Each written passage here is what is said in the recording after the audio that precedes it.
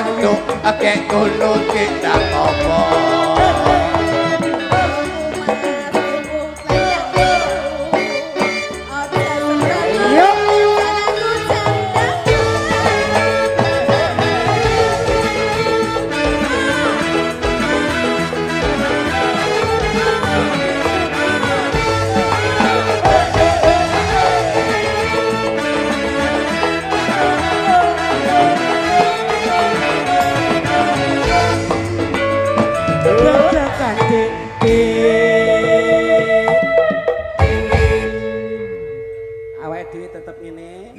Mas sampean kono sik ya Mas. Mas Di, aduh, Sampean kono sik. Nah.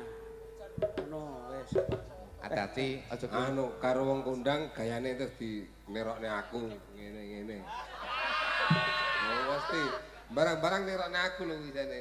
Nek lara aku nek nopo hati-hati. gacekane. Aja cetek ya Mas. Jaluk separuh hati-hati. Ora. Ning yonine padha Mas. Iya. Basa lenggah ngono yonine padha. Heeh. Biyen nom-nomane Mas Gondrong nalika dhewe taun 2010 ya kaya Mas Gareng ini. Iya. Saiki lak dasare wis sepuh dadi ya kudu nglenggana sing luwih enom. Sopo sepuh? Lho, Iya tadi kowe kok ngene aku sepas. lho wong iki bakale ngunduri tuwa to Mas. Ya aja mikir ngono saiki wis enom kabeh akor kowe cek galak-galake wong. Sepuh. Si sepuh ki sapa iki jane? Sing iki sepuh ya le. Lah awake dhewe iki Kowe kaya ngene kaya maco. merening kaya ngene. Merening mbok kelingan ning rumah sakit Isak ngono kae. Ora kok dadak Rono ta? Apa? Ning rumah sakit tadi.